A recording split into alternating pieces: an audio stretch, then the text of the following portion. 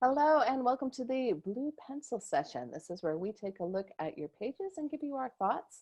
I'm Eileen. I'm here today with Crystal and Donna, and we're having a chance to revisit some opening pages from Denise and her science fiction story, Leaving Mars. So let's actually start with the opening. So Donna, you had an initial thought on this.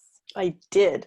And so I don't know if you've heard this rule before, which I've heard.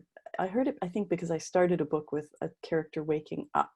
And at Surrey, or where there's other, like people do readings, I've heard agents say, don't ever start with a character waking up. So as I started reading, I was like, oh, darn, she's starting with a character waking up. And yet it works. So I just wanted to say, like, I had that, that rule playing over in my head, and then I'm like, okay, so we've got a really great setup of where this character is, where like the setting is there. There's the tension that she's worrying about oxygen levels. So it was just, I thought it was it was fascinating that you've broken what is apparently a rule and you've done it to good effect. So. And as one who also opened a book with a character waking up, I'm giving the thumbs up that yes, you can break that rule. And I think the reason that it exists for people who are wondering is it's a static thing that's happening and it feels almost fake. They'll also tell you not to start with a character on a plane. They feel it's like just overdone. And yeah, like of all odd and random things. So I think it's just a good example of those are just to give you some guidelines or something to think about. But I also gave her a kudos as I felt like there was a lot kind of packed into that opening paragraph. Well, there's action, right? And I guess that's part of the point. When you're waking up, there's not usually action. Unless maybe so setting some scenes and getting in there, like in one line, we know who the main character is. We know she's on an alien ship. We know there are other humans on that ship and that there's tension there. We don't necessarily know why, but we know that there's tension.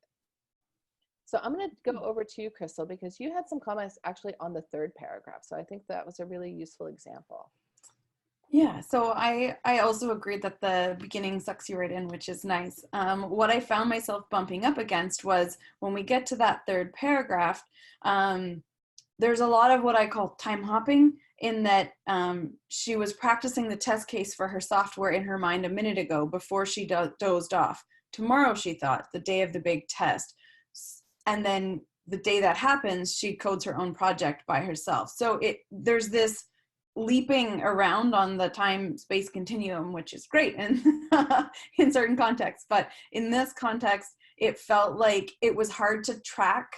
And I get her thoughts are probably jumping around a lot, and she is, she's just woken up from a nightmare. So that is thematically appropriate, but also a little bit hard to follow as the reader. So if there is a way to clarify that a little bit, or at least have a little more breathing room before we switch from a minute ago to tomorrow to a different day that is maybe tomorrow, is maybe not. So just to keep us clear in time and space and those connecting pieces.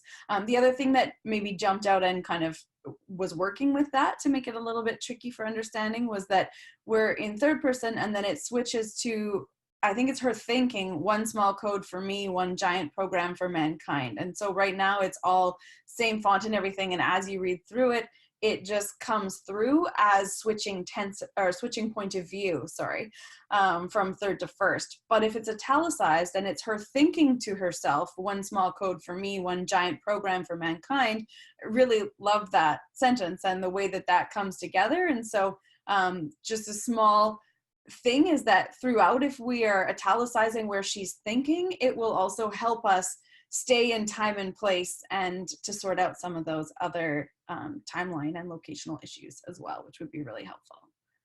And I'm going to give a call out here to the pro writing aid, which I think is really helpful at sometimes sort of flagging these things. There's a lot of stuff that we don't realize that we kind of instinctively know as readers. So for example, when you see things in italics, your brain just goes like, oh, that's the character's thoughts. Like whether that's from, generations of reading books, with how they're formatted, but it just does that. Or if you sometimes have a hard space, we know like time has changed or point of view may have changed. So we recognize, oh, there's that blank space. And then if the story jumps forward in time and it's the next day, we're not as jarred as we would be if it was all together. And you had a few points where you struggled with clarity, Donna, where you weren't sure what was happening. Well, when we get towards, it's one of these kooky things. I love the conversation that you've added, Denise, and it's, yeah, I mean, it's pulling a lot of information in, but I felt like I wasn't sure what story I should be following at this point, because Jack seems to be the dominant story in the conversation. And I really wanted to, I was getting confused with how this applies to Zara's story, because this is clearly her nightmare. So he just kind of came across as like inconsiderate husband. I was thinking, and I didn't recognize that he was her husband, although I knew that. I was reading it going like, he just seems like a jerk lying beside her on the floor. So part of me, like, I was just thinking, I don't know, I mean, it's not fair for me to say this, but, you know, can that whole Jack's whole tension thing be moved out of this conversation and have it focus on her? Because this is about her. I want it to be about her. I got confused. And I have to put a call out here, freely admit, I've had a chance to see more pages of this. So I have a little bit more context, but I think it's a really nice place to point out. And I think this is particularly a challenge. So I want to give Denise full credit for what she's trying to do here, is when you're writing science fiction, you're trying to get in so much information. What's the world? What's at stake? Who are these characters? And you don't get any gimmies. If you're writing contemporary fiction and you have it sort of open in a high school, a small suburban high school, like the reader can kind of automatically fill in what that looks like. I mean, you may give specifics later, but obviously when you're writing science fiction or fantasy, the problem is like, what is a Koster ship? What are Kosters? What does it look like? What is, like, there's so many things that you're trying to get in.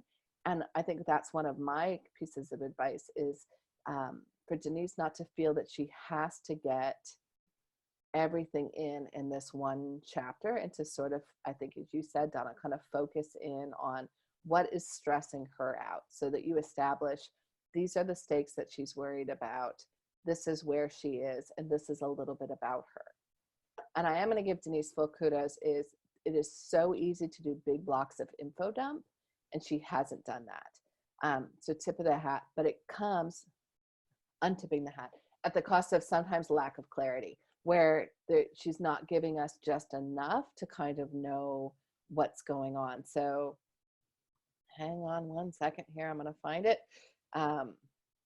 So there's a line where Jack is talking, and it's like, in your face, Costers, is your guy ashamed to doubt you, K. Brian? Zara asked. And I was like, wait, who's K. Brian? What is that? Why is, like, there were just so many more things that I wanted to know.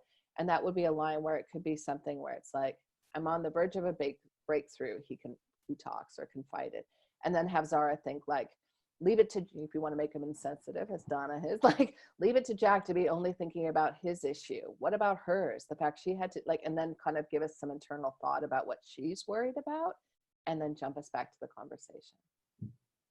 Any other last minute thoughts, ladies? I think just to say it's coming along really nicely, like having seen multiple iterations of this. It's really great. Like you're totally integrating the feedback, and so it's fun to see it evolve as each new kind of technique or each new filter is applied in your brain as you're writing. It's fun to see that happen. I think it's a really neat example of iterations and versions of something that are really distinctly showing a different technique being applied each time, which is really cool to see. So I'm excited to see where it goes. Yeah, and for me, the thing that I find, like, I don't read science fiction, so, but the fact that right here already I know that we've got this parallel between being an Earth refugee and now an interplanetary refugee is really intriguing, and kind of grounds it for me that I know this is going to be a human experience and not some alien experience that I'm going to be reading about. So for me, that's really important. Just that one line that that she was a Syrian refugee makes a huge difference. So in the end, it's always all about characters. So kudos to Denise, and I would agree 100% that, yeah, this is coming along, and I'll be interested to see what you do next. So for everyone else, don't forget you can turn in your pages to the blue pencil, and we'll give you our thoughts and opinions. And until then, we'll see you guys around the Academy. Bye-bye, everybody.